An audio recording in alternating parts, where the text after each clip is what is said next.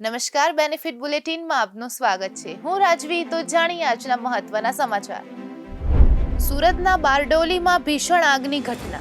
11 થી વધુ ભંગારના ગોડાઉનમાં અચાનક આગ ફાટી નીકળી. 2 કિલોમીટર દૂરથી ધુમાડા દેખાયા. મેજર કોલ જાહેર. 15 થી વધુ ફાયર બ્રિગેડ ગાડીઓ ઘટના સ્થળે. ગાંધીનગરમાં 6 વર્ષની બાળકી પર દુષ્કર્મની ઘટના.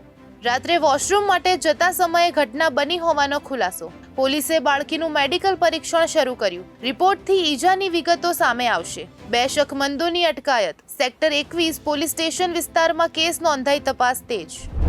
સિડનીના બોન્ડી બીચ પર થયેલા ભયાનક હુમલામાં પિતા પુત્ર આતંકીઓની ઓળખ. હુમલામાં 16ના મોત, 40થી વધુ ઘાયલ. પોલીસને આઈઈડી, ISISનો ઝંડો અને હથિયારો મળ્યા. પાકિસ્તાની કનેક્શન સામે આવતા તપાસ વધુ તીવ્ર બની. MP, રાજસ્થાન સહિત દેશના 13 રાજ્યોમાં ઝાકળનો કહેર. યુપી અને હરિયાણામાં ઝીરો વિઝિબિલિટીથી 20થી વધુ અકસ્માત. 80થી વધુ વાહનો અથડાયા. 12 લોકોના મોત. યુપી, બિહાર, હરિયાણા અને દિલ્હીમાં સવારથી દ્રશ્યતા 10 મીટરથી પણ ઓછી. તો આવા જ મહત્વના સમાચારો જાણવા માટે જોડાયેલા રહો બેનિફિટ ન્યૂઝ સાથે.